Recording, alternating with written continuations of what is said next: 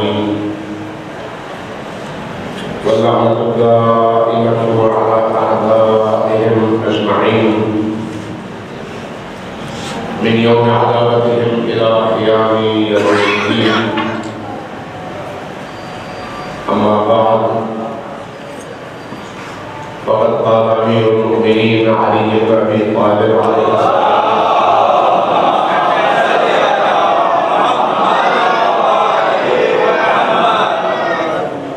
أوصيكم بتقوى الله والنصح أمركم سواء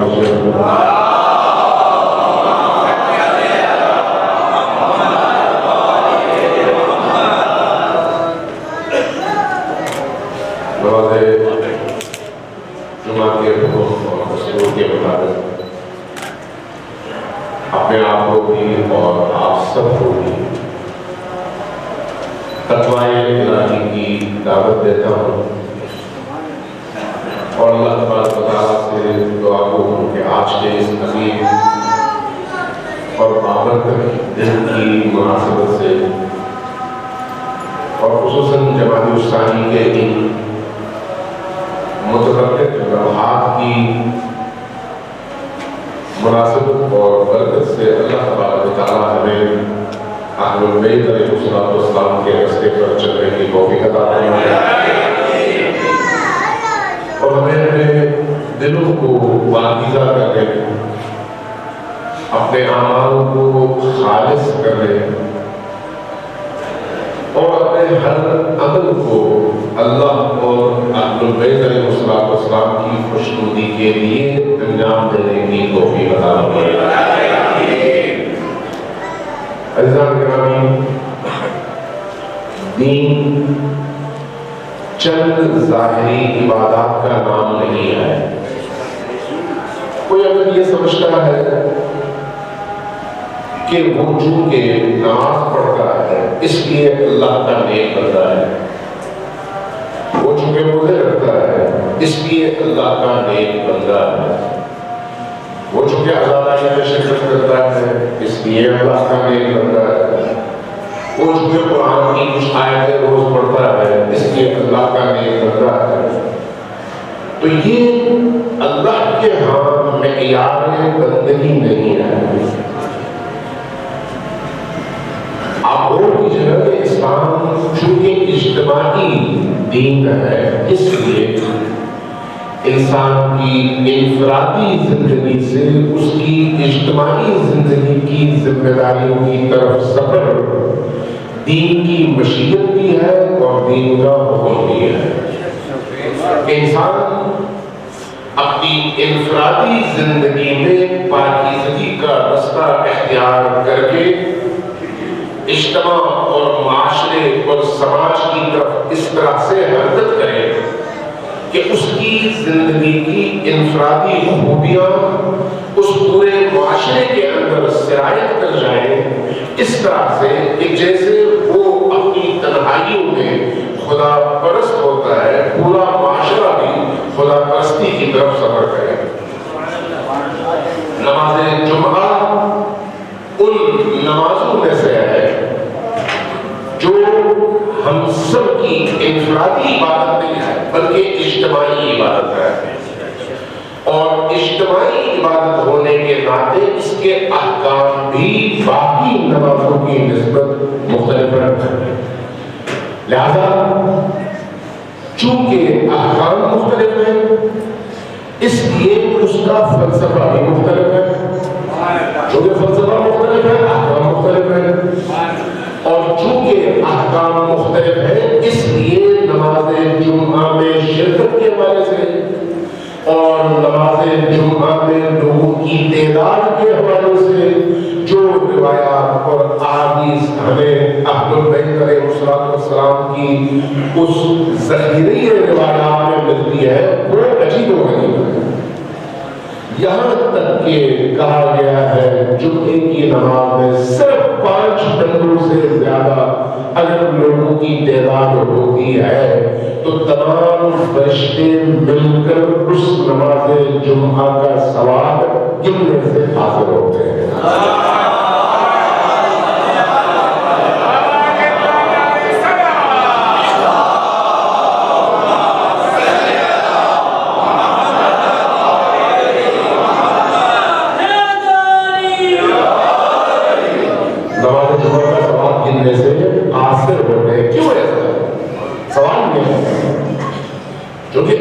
اسلام کا کوئی بھی حکم اور دین کا کوئی بھی حکم بغیر وجہ، بغیر فلسفے اور بغیر حکمت کے نہیں ہے۔ اس کی وجہ کیا ہے؟ اس کی وجہ یہ ہے کہ یہ جو نماز جمعہ ہے، نماز جمعہ میں کم از کم 6 کلومیٹر کے دائرے کے لوگ اس اجتماع میں شریک ہوتے ہیں۔ جب شریک ہوتے ہیں ان میں کوئی ستم دیدہ ہوتا ہے، کوئی غریب ہوتا ہے، کوئی بیمار ہوتا ہے، کوئی لاچار ہوتا ہے، کوئی مجبور ہوتا ہے، کوئی امیر ہوتا ہے، کوئی خوشحال ہوتا ہے۔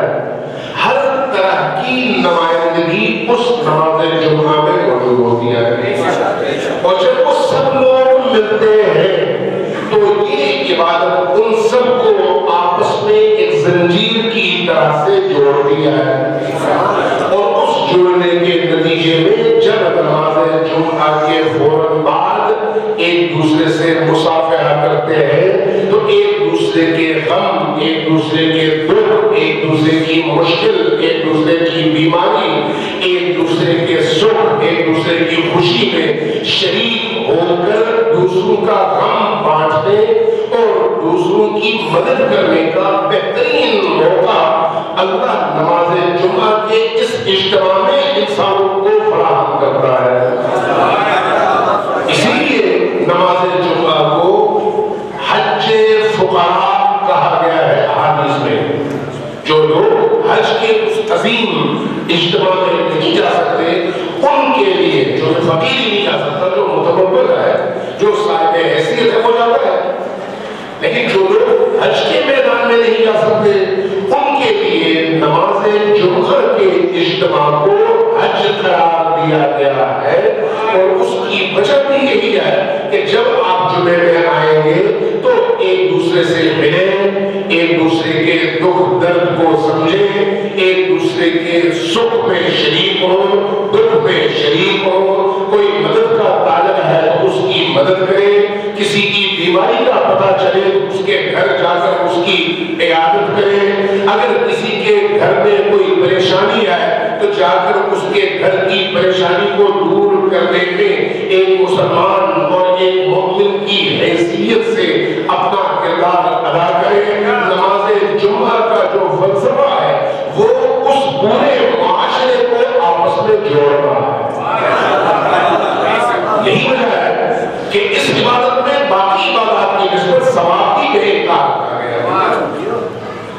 دوسرا اس کا پہلو اس کا وہ پہلو ہے جس کی طرف عام طور پر ہماری توجہ نہیں جاتی۔ آپ کی توجہ کے لیے یہ کرنا چاہتا ہوں، دیکھیں جب آپ کہتے ہیں نماز جماعت، کوئی بھی شخص آگے کھڑا ہو گئے نماز جماعت پڑھا سکتا ہے، صرف اس کا عادل ہونا اور گناہان کبیرہ کا ارتکاب نہ کرنا اور گناہان صغیرہ پر مسلسل اس کو مصروف عمل نہ دیکھا جانا، یہ شرط ہے کہ آپ نے اس کو گناہ صغیرہ کرتے ہوئے بار بار نہ دیکھا ہو اور گناہ کبیرہ کہیں اس سے سرزد ہوتے ہوئے آپ نے نہ دیکھا ہو، اتنا ہی کافی ہے۔ لیکن ضروری نہیں ہے کہ اس کا تعین کوئی کرے۔ آپ میں سے جو بھی شخص اس کی قرأت صحیح ہو، اس کا تلفظ صحیح ہو، اس کی عربی کا تلفظ درست ہو، حروف کا مخرج وہ صحیح طور پر ادا کر سکتا ہو اور ان گناہوں سے بچتا ہو، وہ نماز جماعت پڑھا سکتا ہے۔ لیکن کیا جمعہ بھی پڑھا سکتا ہے؟ نہیں، جمعہ نہیں پڑھا سکتا۔ کیوں نہیں پڑھا سکتا؟ جمعے کے لیے شرط اول یہ ہے کہ جمعہ حق ہے ولی مسلمین کا۔ توجہ چاہیے آپ کو، جمعہ حق اور اختیار ہے ولی امر کا، خلیفۃ المسلمین کا، اور خلیفۃ المسلمین یا نبی ہے یا نبی کے جانشین، اور نبی کے جانشینوں کی عدم موجودگی میں ان کی مسند کو سنبھالنے والے جامع الشرائط فقہاء اور ولی امر، ان کی ذمہ داری ہے نماز جمعہ کا انعقاد۔ کیوں؟ اس لیے کہ نماز جمعہ انفرادی عبادت نہیں ہے بلکہ ولائی اور حکومتی عبادت ہے اور حکومت اسلامی کا سربراہ ولی فقیہ ہوتا ہے. لہذا اگر کہیں پر ولی فقیہ مجتہد جامع شرائط کی حکومت برپا ہو تو اس حکومت کے قلمروں کے اندر اس حکومت کے دائرے میں کوئی شخص بغیر ولی فقیہ کی طرف سے منسوب ہوئے نماز جمعہ پڑھا نہیں سکتا اور اگر پڑھائے تو نماز جمعہ باطل ہے. وجہ کیا ہے؟ وجہ یہ ہے کہ یہ نماز حکومتی نماز ہے، یعنی اسلامی ریاست اسلامی حکومت اس نماز کا اہتمام کرے گی اور اس اسلامی حکومت کا سربراہ جو یا امام معصوم ہوگا یا امام معصوم کی مسند پر بیٹھا ہوا جامع الشرائط فقیہ ہوگا، وہ اس بات کی اجازت دے گا کہ کون یہ نماز جمعہ پڑھائے گا اور کون نہیں پڑھائے گا. تعین امام جمعہ کا وہ کرے گا. یہی وجہ ہے کہ آپ جس بھی فقیہ کی تقلید کرتے ہو، چاہے آیت اللہ عثمان سستانی کی کرتے ہو، چاہے آیت اللہ عثمان خامنہی کی کرتے ہو یا باقی مراجع کی کرتے ہو، عموماً آپ ان کے فتاوی میں پڑھیں گے کہ نماز جمعہ تحقیقی عبادت ہے. آپ چاہے تو نماز جمعہ پڑھیں، چاہے تو نماز ظہر اور عصر پڑھیں. وجہ کیا ہے؟ وجہ یہ ہے کہ عصر غیبت میں جب حکومت اسلامی قائم نہ ہو تو اس صورت میں آپ کو چھوٹ دی جاتی ہے کہ اب چونکہ الہی حکومت قائم نہیں ہے، اس لیے اگر چاہو تو نماز جمعہ پڑھ لو، نہ چاہو تو ظہر کی پڑھ لو. لیکن اگر حکومت اسلامی قائم ہو تو اگر ولی امر یعنی امام معصوم کی حکومت قائم ہو تو اگر کل ہی یا آج ہی امام عصر کا ظہور ہو جائے تو اگلا نماز جمعہ اسی طرح سے فرض ہوگا جس طرح سے نماز فجر آپ پر فرض ہے. اس لیے کہ یہ نماز حکومتی ریاستی اور ولائی نماز ہے، ولی کے حکم کے تابع. یہی وجہ ہے کہ اس کے پیچھے جو فلسفہ ہے وہ ایک یہ بھی ہے کہ آپ اپنے نماز جمعہ کے اجتماع کے ذریعے سے جہاں سماجی مسائل اور معاشرتی مشکلات کو ایک دوسرے کے ساتھ مل کر حل کرتے ہیں، وہیں پر دین کے دشمنوں کے مقابلے میں اپنی دینی طاقت اور پاور شو کر کے بتاتے بھی ہیں کہ ہم ایک عظیم قوم ہیں اور اللہ کے دشمنوں کے مقابلے میں متحد ہیں. یعنی دوسرے لفظوں میں آپ کی نماز جمعہ کا اجتماع موحدین اہل قبلہ اور اہل توحید کی طاقت کا مظہر کہلاتا ہے. لہذا جمعے کو اس لیے انتہائی زیادہ اہمیت دی گئی، لیکن عصر غیبت میں آپ سے کہا گیا کہ اب آپ مخیر ہیں، یعنی آپ کو اختیار حاصل ہے کہ چاہے آپ یہ والی پڑھیں چاہے وہ والی پڑھیں. لیکن جہاں ممکن ہے وہاں آپ نماز جمعہ اختیار کر کے نماز جمعہ کا انعقاد کر کے وہ جو فلسفی جمعہ ہے اس فلسفے میں سے کچھ بھی اگر حاصل کر سکیں تو آپ 2 قدم قریب تک پہنچ جاتے ہیں اس حالت میں. لہذا کہا جاتا ہے کہ ترجیح یہ ہے کہ آپ جہاں ہو سکے اور حکومت نہ ہو، یعنی دین کی حکومت نہ ہو، ولی کی حکومت نہ ہو، امام معصوم کی حکومت نہ ہو، وہاں پر بھی کوشش ضرور کریں کہ جمعے کی نماز منعقد ہو، لیکن قانون اور شریعت کے لحاظ سے وہ فرض نہیں ہے. لیکن اس کے باوجود اس میں شرکت کا ثواب نہیں کہا جاتا ہے. اس میں شرکت کے لیے آپ کا ہر اٹھنے والا قدم ثواب کا باعث ہے اور آپ سے جہنم کی آگ کو دور کرنے کا باعث ہے. یعنی جب آپ اپنے گھر سے ایک قدم اٹھاتے ہیں نماز جمعہ کی طرف تو وہ آپ کا اٹھنے والا ایک قدم آپ کو جہنم سے دور اور جنت کے قریب کر دیتا ہے.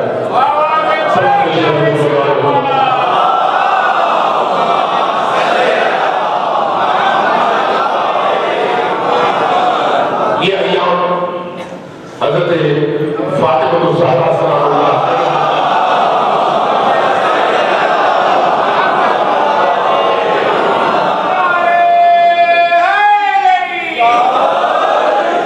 ولادت باصادت کے ایام اور حقیقی معنوں میں اگر دیکھا جائے تو اہل زمین کے لیے خوشی، مسرت، انبساط اور عید کے ایام میں بہترین دن 20 جمادی الثانی اور جمادی الثانی کی یہ گزرتے ہوئے نماز بہترین. کیوں؟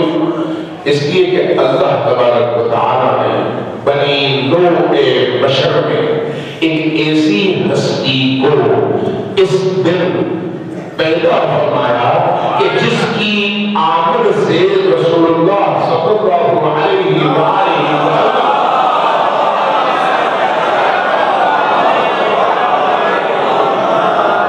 بیسٹ کا جو سب سے بڑا مقصد تھا کہ عالم انسانیت کو ہدایت کی راہ پر گامزن کرنا، اس پہ عمومی طور پر کل عالمیت اور خصوصی طور پر انسانی آبادی کے نصف حصے کو کم از کم ایک ایسی شخصیت ملی جس کا ثانی، جس کی مثال حضرت آدم سے لے کر تا قیامت جس کا آنا ممکن نہیں ہے، ایک ایسی ہستی جس کو فاطمہ الزہرا کہا گیا.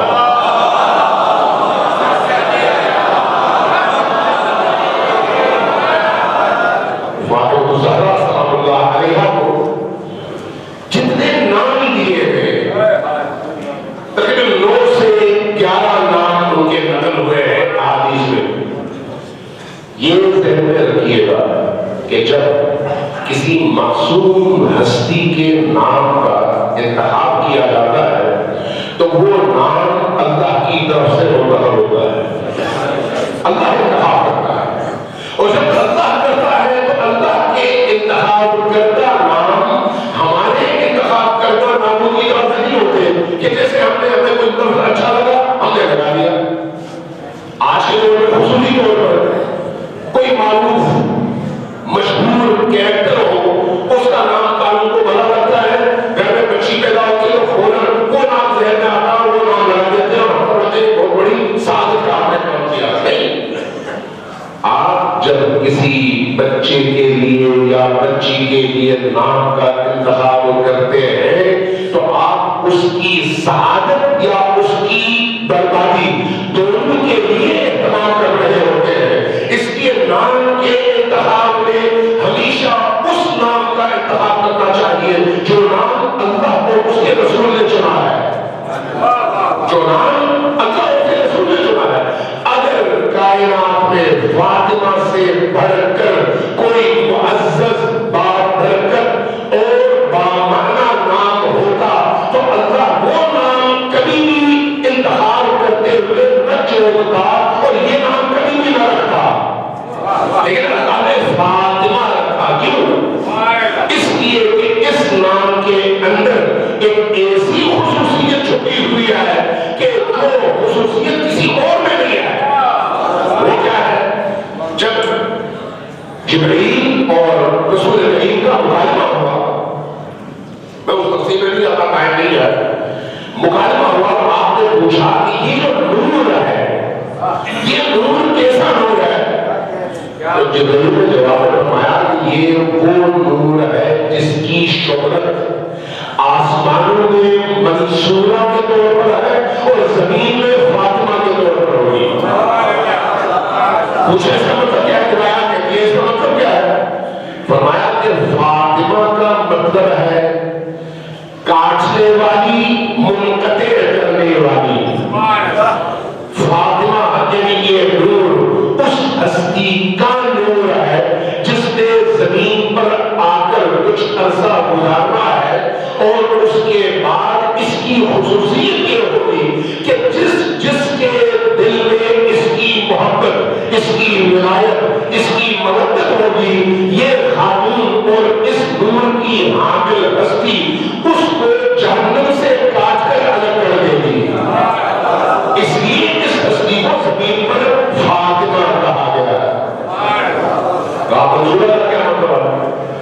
جواب میں فرمایا کہ آسمانوں میں فرشتوں کے درمیان یہ منصورہ کے طور پر اس لیے معروف ہے کہ منصورہ کا مطلب ہے مدد کی گئی، یعنی وہ ہستی جس کی مدد کی گئی۔ محشر میں جب تمام عالم انسانیت کو جمع کیا جائے گا، کچھ کی شفاعت ہوگی اور بہت بڑی تعداد میں انسان باقی رہ جائیں گے اربوں کے حساب سے، وہاں پر اللہ کی یہ کنیز تشریف لائیں گی اور عالم محشر میں سے ہر اس فرد کو الگ کرے گی جس کے دل میں حب فاطمہ ہوگا، اور اللہ اس کی مدد اس طرح سے کرے گا کہ اس کو اہل محشر کی شفاعت کا اختیار دے گا۔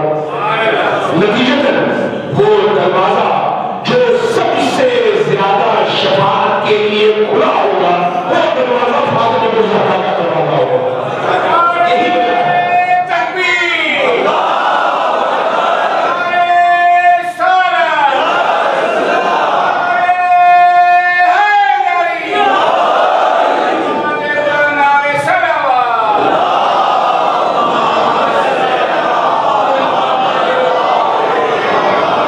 یہی وجہ ہے منصورہ کہہ کر بلایا گیا۔ نبی کریم صلی اللہ علیہ وآلہ وسلم کو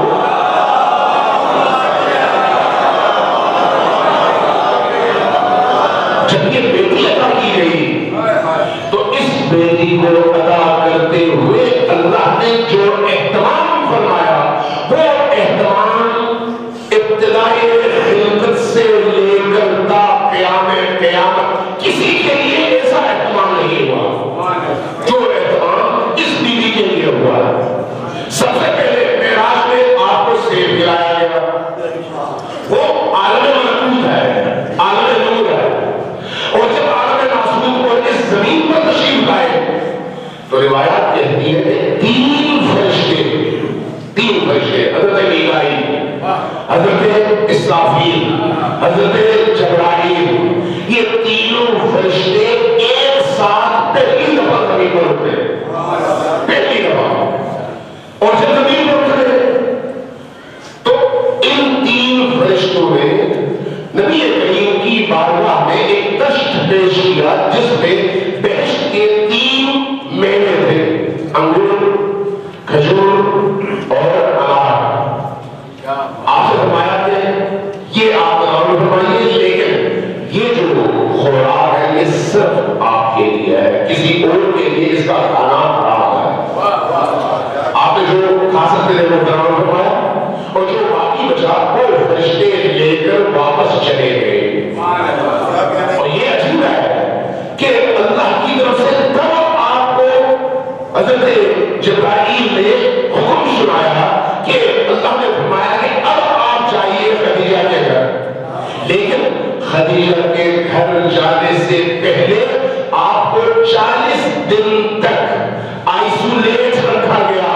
آج کل قرنطینہ کا دور ہے، اور 15 دن جب آدمی قرنطینہ میں رہتا ہے اس کی دنیا بندی ہوتی ہے۔ نبی کریم صلی اللہ علیہ وآلہ وسلم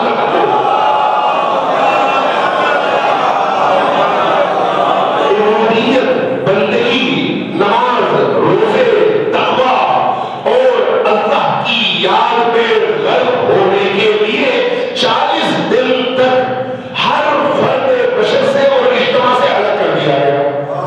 ان 40 ایام کے بعد پھر یہ میوہ کھلایا گیا، اس کے بعد کہا گیا اب جائیے خدیجہ کے گھر، اور نتیجتاً وہ نور فاطمہ وجود نبی سے وجود خدیجہ میں منتقل ہوا۔ اللہ نے کیسا اہتمام کیا، کیسا اہتمام۔ اب یہ وہ بیٹی ہے جنہوں نے شکل مادر میں ہوتے ہوئے حضرت خدیجہ الکبریٰ سلام اللہ علیہا کو جب وہ اکیلی تھی، جب تمام قریش کی خواتین نے ان کا بائیکاٹ کیا ہوگا، جب قریش کی کوئی خاتون کے گھر نہیں آتی تھی، کیوں؟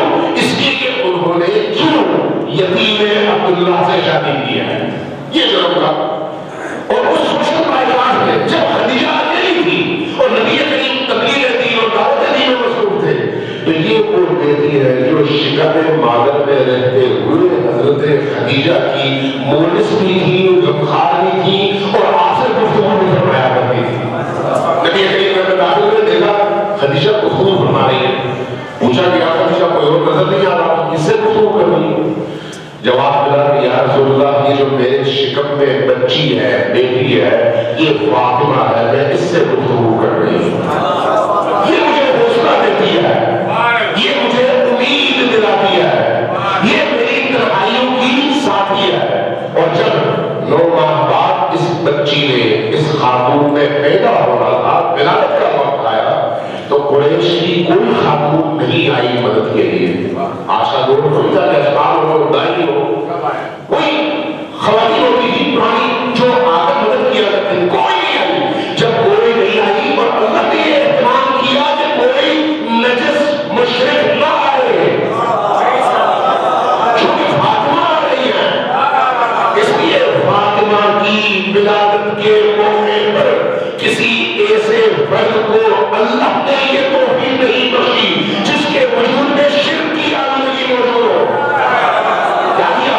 حضرت حوا، حضرت سارہ، حضرت آسیہ اور حضرت مریم، یہ 4 خواتین تشریف لائی اور حوا نے آ کر اپنا تعارف پیش کیا اور کہا کہ خدیجہ گھبرا نہیں، اللہ نے ہمیں تمہاری مدد کے لیے بھیجا۔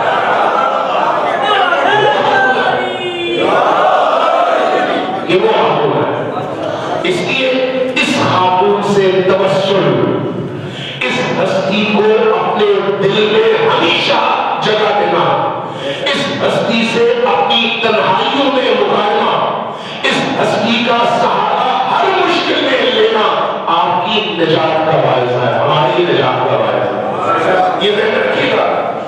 روایات کہتی ہے کہ جتنے بھی آئمہ، جتنے بھی معصومین ہیں، سب کے سب اللہ کی رحمت کے مظہر ہیں، کوئی شک نہیں ہے۔ خود نبی کریم بھی، امیر المومنین بھی، حضرت زہرا بھی، حضرت امام المہدی آخر الزمان علیہ السلام،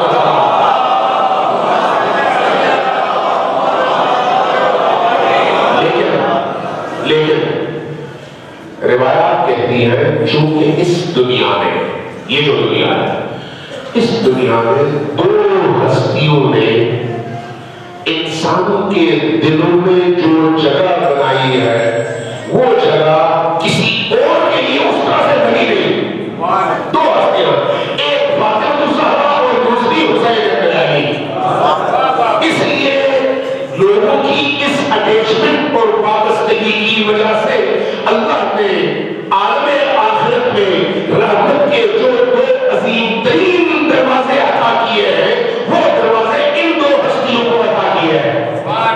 یہی وجہ ہے کہ اگر کوئی شخص فاطمہ الزہرا سلام اللہ علیہا سے متوسل ہو، ان کا سہارا لے، ان کو یاد کرے، ان پر درود بھیجے، ان پر صلوات بھیجے۔ آپ عام طور پر صلوات میں کہتے ہیں اللہم صلی علی محمد و آل محمد، لیکن کسی اور معصوم کے لیے ایسی کوئی صلوات منقول نہیں ہے روایاتی کتابوں میں، لیکن فاطمہ الزہرا کے لیے ہے۔ یہ ذرا سوچیے،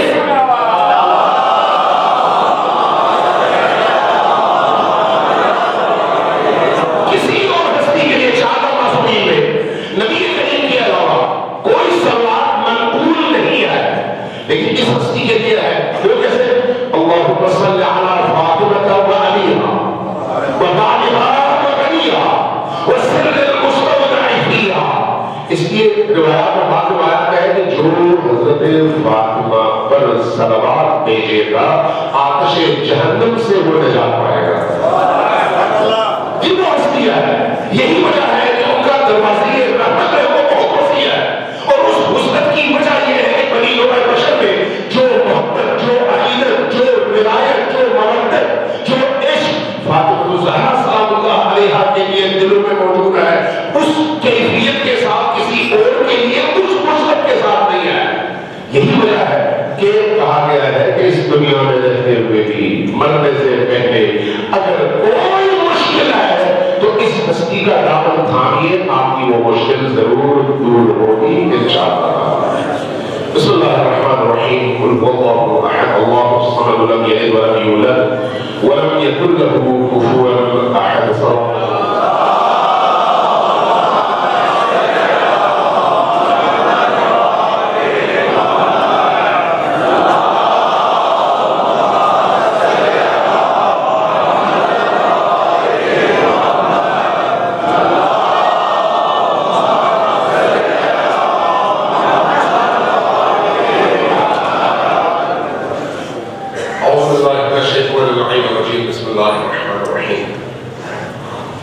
الحمد لله رب العالمين.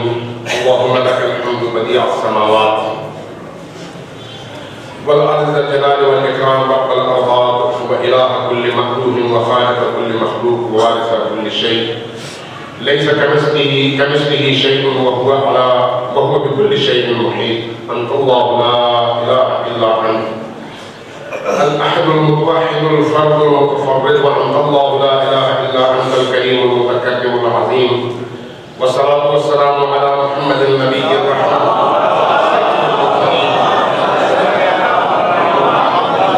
وعلي بن أبي طالب سيد المرسلين وفاطمة الزهراء سيدة نساء العالمين وحسن المجتبى والحسين الشهيد المظلوم ووارث أمير المؤمنين وعلي بن الحسين سيد والآخرين وجعفر بن محمد الصادق الصديق والمقتدي بآبائه الصالحين وموسى جعفر القاسم من أولاد النبيين وعلي بن موسى الرضا بالعزة بررة المتقين ومحمد بن علي الجواد ولي المؤمنين وعلي بن محمد السراج المنير إمام الخاشعين والحسن بن علي سيد الأوصياء المنتجبين والخلف القائم المهدي المنتظر الحجة بعد آبائه على خلفك المؤذي عن نبيك ووارث علم المازين من الوصيين الذي ببقائه بقيت الدنيا وبيومه رزق الورى وبوجوده ثبتت الأرض والسماء وبه يملأ الله الأرض قسطا وعدلا كما ملئت ظلما وجورا. وعجل لنا اللهم ظهوره إنهم يرونه بعيدا ونراه قريبا برحمتك يا أرحم الراحمين.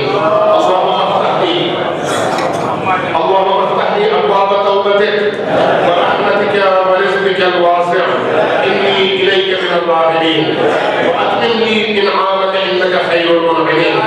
اللهم اجعل باقي عمري في أداء فرض الجمعات والحج والعمرة ابتغاء وجهك يا رب العالمين. صلوات الله.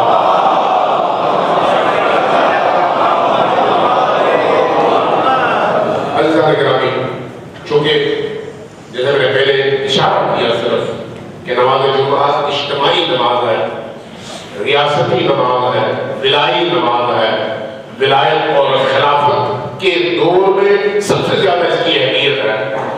اسی اعتبار سے اس کے دو حصے کیے گئے ہیں. اسی لیے کہا گیا کہ پہلا حصہ اخلاق، فضائل، معارف اور لوگوں کو تقویٰ کی طرف لانے کے لیے ان مفاہیم کے بیان پر صرف کیا جائے، اور دوسرا خطبہ انسانوں کے مسائل، اجتماعی مسائل، معاشرتی مسائل پر مرکوز کر کے بیان کیا جائے تاکہ لوگوں کے اندر اپنی انفرادی زندگی کے ساتھ ساتھ اجتماعی شعور بھی پیدا ہو. سوال بجیر اللہ.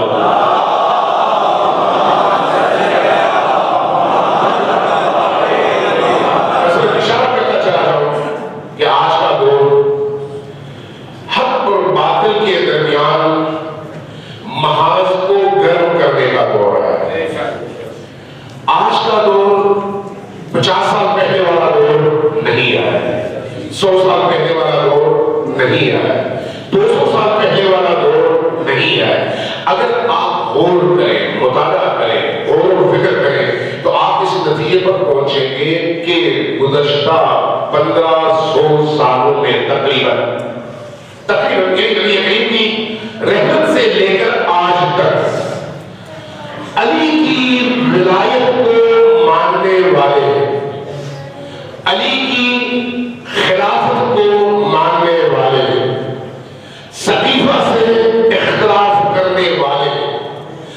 ہمیشہ کمزور رہے، ہمیشہ چیلنجز کے نشانے پر رہے، ہمیشہ اکثریت کے نشانے پر رہے، ہمیشہ دشمنوں کے زیر پا رہے اور ہمیشہ کچلے جاتے رہے. لیکن آج وہ دور نہیں ہے. آج پوری دنیا کے اندر، میں یہ دعوے سے بات کر رہا ہوں، آپ ادھر ہوئیے گا، پوری دنیا کے اندر اگر آج فرعونیت، نمرودیت، شدادیت، اسی طرح سے یزیدیت، طاغوت، یہی اہل کفر، اہل اناد، اہل شرک، اللہ کی دشمن قوتیں، اگر ان کے مقابلے میں دیکھا جائے تو اس وقت روئے زمین پر سب سے بڑی طاقت کا نام مکتب علی و آل علی ہے. یہ کوئی تقریری نقطہ نہیں ہے، ایک زمینی حقیقت ہے. آج پوری دنیا کے اندر شرک کی آنکھوں میں آنکھیں ڈال کر کھڑے ہو کر شرک کی جڑیں کاٹنے والی قوت کا نام مکتب علی ہے. آج کے دور میں آج کے فرعون کو دھول چٹانے والی قوت کا نام مکتب علی ہے. آج کے دور میں مظلوم کی آواز بننے والے مکتب کا نام مکتب علی ہے. آج کے دور میں جہاں جہاں ظلم ہوتا ہے اس ظلم کے مقابلے میں مظلوم کی حمایت کرنے اور ظلم کو للکارنے والے مکتب کا نام مکتب علی ہے. اس کا مطلب کیا ہے؟ مطلب یہ ہے کہ یہ ہر گزرتا دن مکتب علی کی قوت میں اضافے کا پیغام لے کر آ رہا ہے، اور ہر گزرتے دن کے ساتھ اللہ کے دشمن اور اللہ کے مقابلے میں الوہیت اور خدائی کا دعویٰ کرنے والوں کی قوت میں ہر گزرتے دن کے ساتھ کمی آ رہی ہے. اب اس میں جو اللہ کے دشمن ہیں ان میں ضروری نہیں ہے کہ وہ صرف مشرک ہی ہوں. بہت بڑی تعداد ایسے لوگوں کی ہے جو بظاہر کلمہ پڑھتے ہیں، بظاہر قرآن پر یقین رکھتے ہیں، لیکن قرآن کی آیات کو قدموں تلے رول کر اہل شرک یہود اور نصارہ کے حلیف اور ساتھی بن کر مظلوم انسانیت کا گلا کاٹنے میں مصروف ہے. لہذا صرف کلمہ پڑھنا کافی نہیں ہے. تو لہذا آج کے دور میں یمن کی سرزمین کو آپ دیکھ لیں، افغانستان کی سرزمین کو آپ دیکھ لیں، سیریا کی سرزمین کو آپ دیکھ لیں، فلسطین کی سرزمین کو آپ دیکھ لیں، لبنان کی سرزمین کو آپ دیکھ لیں، عراق کی سرزمین کو آپ دیکھ لیں. تمام عالم کفر کا فوکس ان علاقوں پر ہے. تمام عالم کفر کا جنگیں یہاں پر ہو رہی ہیں، جنگیں جتنی بھی ہے وہ یہاں پر ہو رہی ہے ان سرزمینوں میں. اسباب کس کا بک رہا ہے؟ امریکہ کا. اسباب کس کا بک رہا ہے؟ فرانس کا. اسباب کس کا بک رہا ہے؟ برطانیہ کا. اسباب کس کا بک رہا ہے؟ مغربی باقی ممالک کا.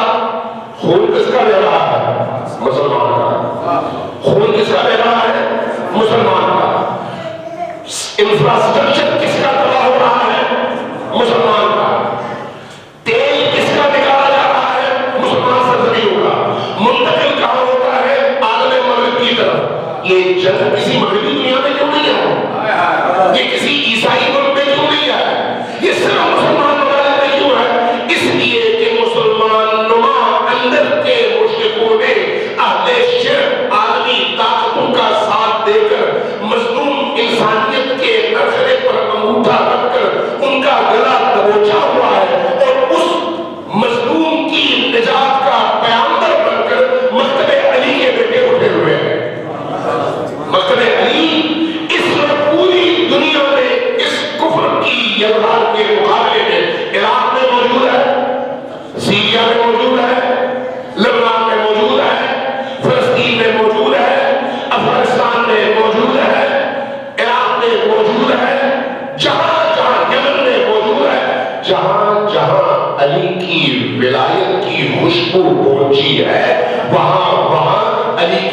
کے میدان میں کھڑے ہیں. اور یہ مقدمہ ہے اس عالمگیر الہی حکومت کا جس کا پرچم مہدی آخر زمان کے ہاتھ میں ہوگا.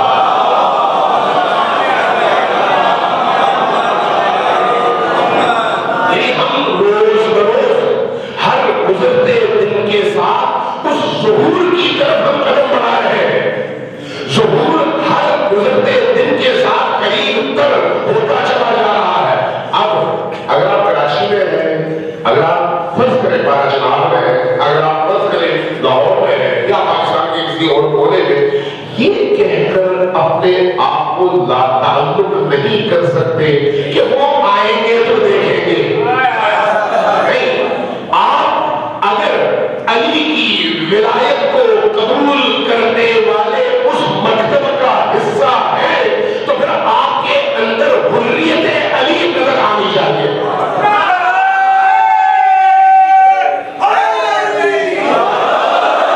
حریت علوی کیا ہے؟ جہاں ظلم ہے اس کے مقابلے میں کھڑے ہو.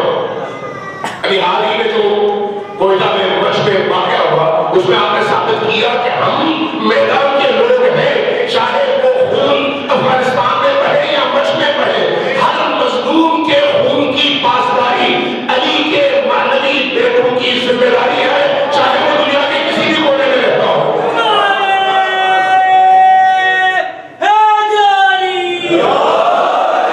یہ جو روح ہے، یہ جو طرز تفکر ہے، یہ جو مزاج کی حریت ہے، یہ جو شجاعت ہے، یہ جو آزادی کی حصہ ہے، یہ جو آزاد منشی ہے، یعنی اونچائی دیکھنا، ظلم کو دیکھنا، ظلم کی آنکھوں میں آنکھیں ڈالنا، اپنا آرام قربان کرنا اور اپنے آپ کو مشکلات میں ڈال کر مظلوم کی آواز بننا، یہی کربلا کی روح بھی ہے اور حسین ابن علی کا پیغام بھی ہے.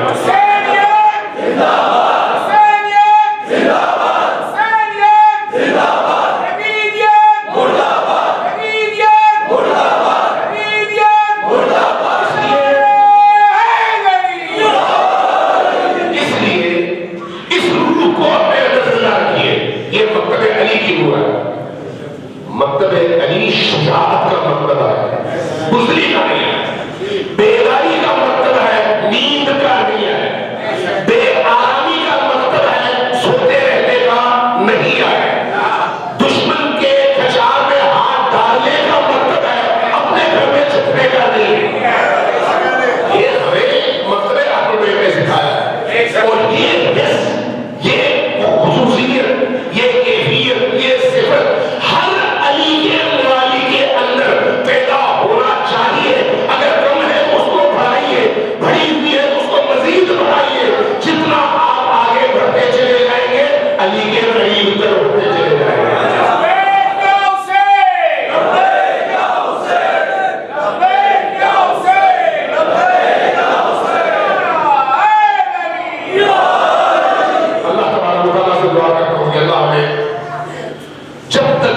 سانسوں میں سانسیں ہیں، علی کا شیدائی، علی کا محب، علی کا عاشق، علی کا فدائی بننے کی اور اسی راہ میں استقامت دکھانے کی توفیق عطا فرمائے.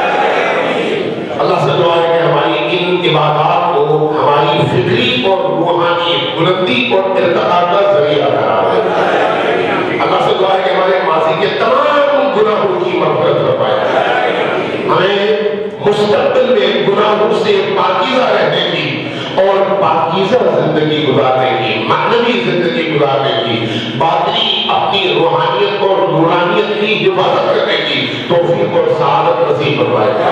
ہمیں ہر گناہ سے اپنے آپ کو بچانے